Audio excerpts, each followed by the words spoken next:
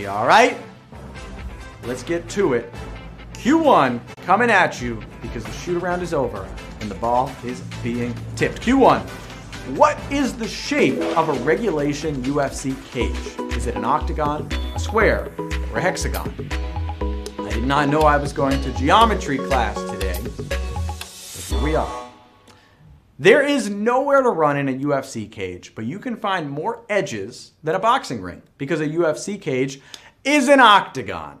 And I expect, I don't know, somewhere around, and look at that, 8,027. So right in that 8 range, we have knocking him down with the octagon. I feel like, you know, I wouldn't even notice the edges, the sides, if I was in a UFC cage getting knocked around like that.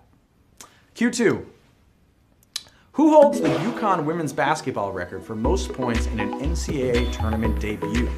Is it Diana Taurasi, Brianna Stewart, or Paige Beckers? Taurasi, Stewart, or Beckers? UConn has had its fair share of freshman legends and one added to the history books just this past week.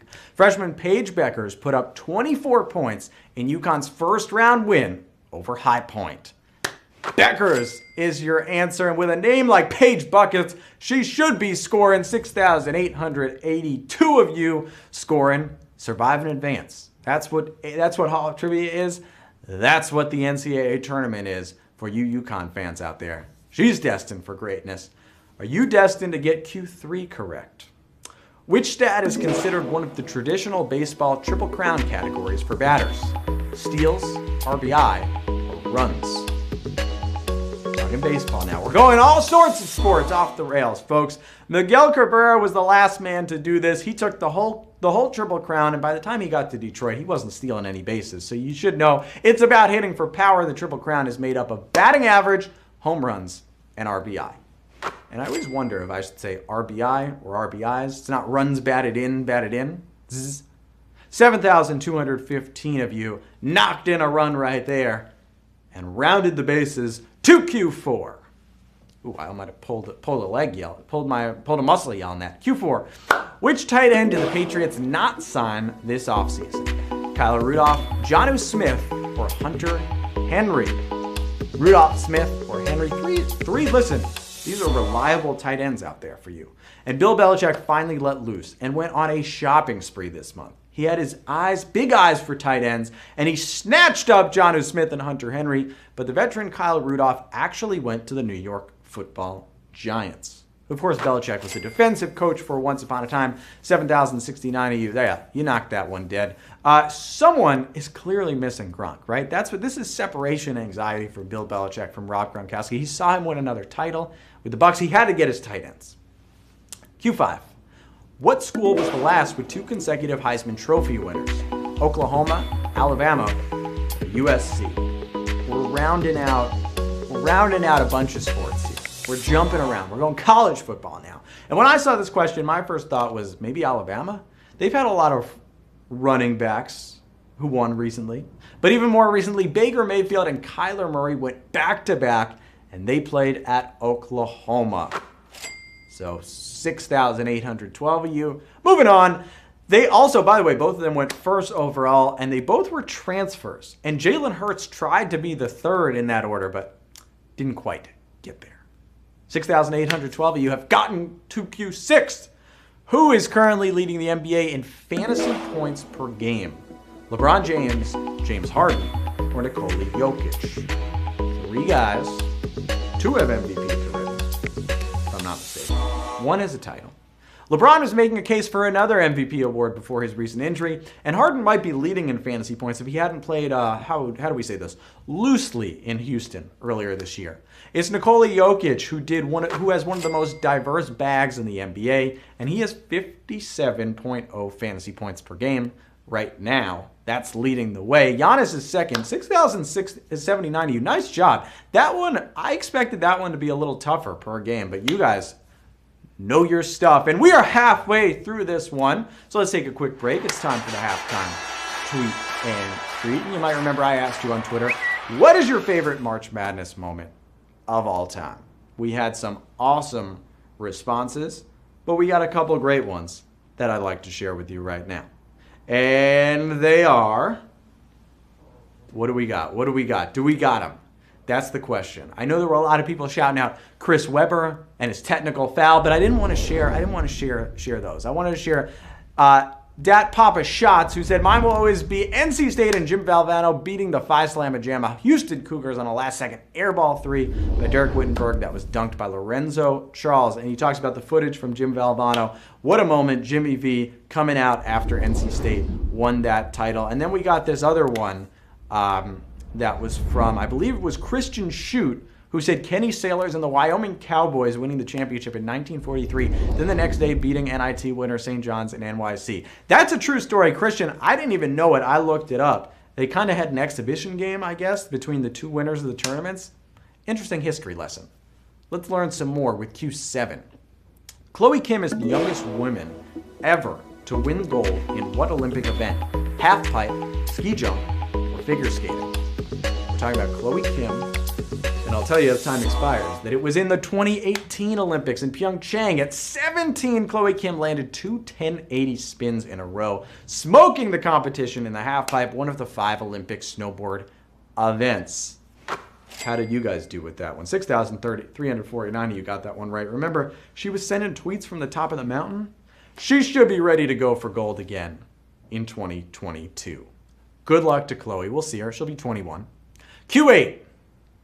Who was the only player besides Wayne Gretzky to win the Hart Trophy for the NHL's MVP award in the 1980s? Mark Messier, Patrick Roy, or Mario Lemieux? I know some people go, Roy! Roy!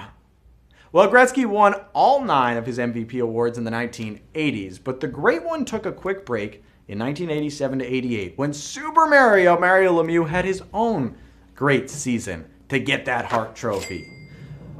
3,870. A lot of you thought it was that teammate, Mark Messier. Gretzky missed some time that season with an injury. He still managed to win the Stanley Cup and the Conn Smythe Trophy for playoff MVP. So it wasn't a bad year for Gretzky. Wow, we got a lot out there. That might be a little extra. That might be a little extra life action for some of you. Q9 coming at you. At the World Cup, the golden ball is given to what player? The top player, the top scorer, or the top goalkeeper? It's the top someone. Someone did really well if they got gold.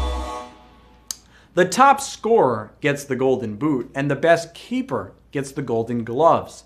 But the golden ball is given to the player voted best overall by the media. Basically the MVP of the World Cup, and 4,772 of you. Yeah, we see some people did use that extra life. They got that one right. Luka Modric was the last men's winner, and Megan Rapinoe was the last women's winner as the U.S. woman won that title. Q10. Who is the only player to win NBA MVP, Finals MVP, and Defensive Player of the Year in the same season? Hakeem Olajuwon, Michael Jordan, or Kobe Bryant? 3 incredible NBA legends. And don't get me wrong, Hakeem Olajuwon had a storied NBA career, but he definitely took advantage of Michael Jordan's baseball sabbatical. During the 1993-94 season, when MJ was out, Hakeem Olajuwon won all 3 of those aforementioned trophies. He's your answer, 4,567 to you. He also added another Finals MVP in 1995. And wow, people, no one was fooled with Kobe. He did not ever, was on a bunch of all-NBA defensive teams, but did not ever win Defensive Player of the Year. Michael Jordan did, never in the same season. Q11, folks. We're almost there. Which of these NFL players has the record for most forced fumbles all time? Jason Taylor, Dwight Freeney, or Robert Mathis? I'm going to try to force a fumble as I was trying to get that out of my mouth. Freeney and Mathis were teammates for most of their career, which is scary to think about. But when they go to the Colts Super Bowl reunion party every year, Mathis is the guy who can gloat because his 54 forced fumbles are 7 ahead of Freeney's 47. And did we force a fumble on this one? That's what I want to know. By the way, guys, Julius Peppers is second at 52. And wow, people knew Robert Mathis. That's, I guess, maybe you could argue what he's known for. 4,399. We had a lot of people at the beginning I thought we were going to have low numbers, but you guys have battled back, and it is now time for the final question. That's Q12 today. It's not the Sweet 16. It's the tumultuous 12 coming at you. Our final question, past the Final Four, championship, Q12. The father of which of these players hit the greatest number of career home runs? Was it Ken Griffey Jr., Barry Bonds, or Fernando Tatis Jr.? The father of these players hit the most home runs. All right, I love this question. Shout out to our guy Kevin for writing this one. Fernando Tatis Sr. had an all-time great inning when he hit 2 grand slams, but he only had 113 career bombs. And Ken Griffey Sr. was known as a great contact hitter who only hit 152 home runs. Bobby Bonds could swing the big stick, bashing 332 long balls in his career. That is the right answer. Barry Bonds, his dad Bobby, 2,742 of you got that one, and you are our winners. That's my first home run here on Hall of Trivia. Let's see what we got. I got people laughing here. That's the first. I've swung and missed at a lot of pitches, but I got that one, and 2,742 of you nailed that. Hit that meatball out of the park. Let's see who we got. We got Emily Sherm. We got JHKL. How about DDR 156 getting it done? Wilson 6789. You guys are too smart. Jopra, nice job. Luca Monet.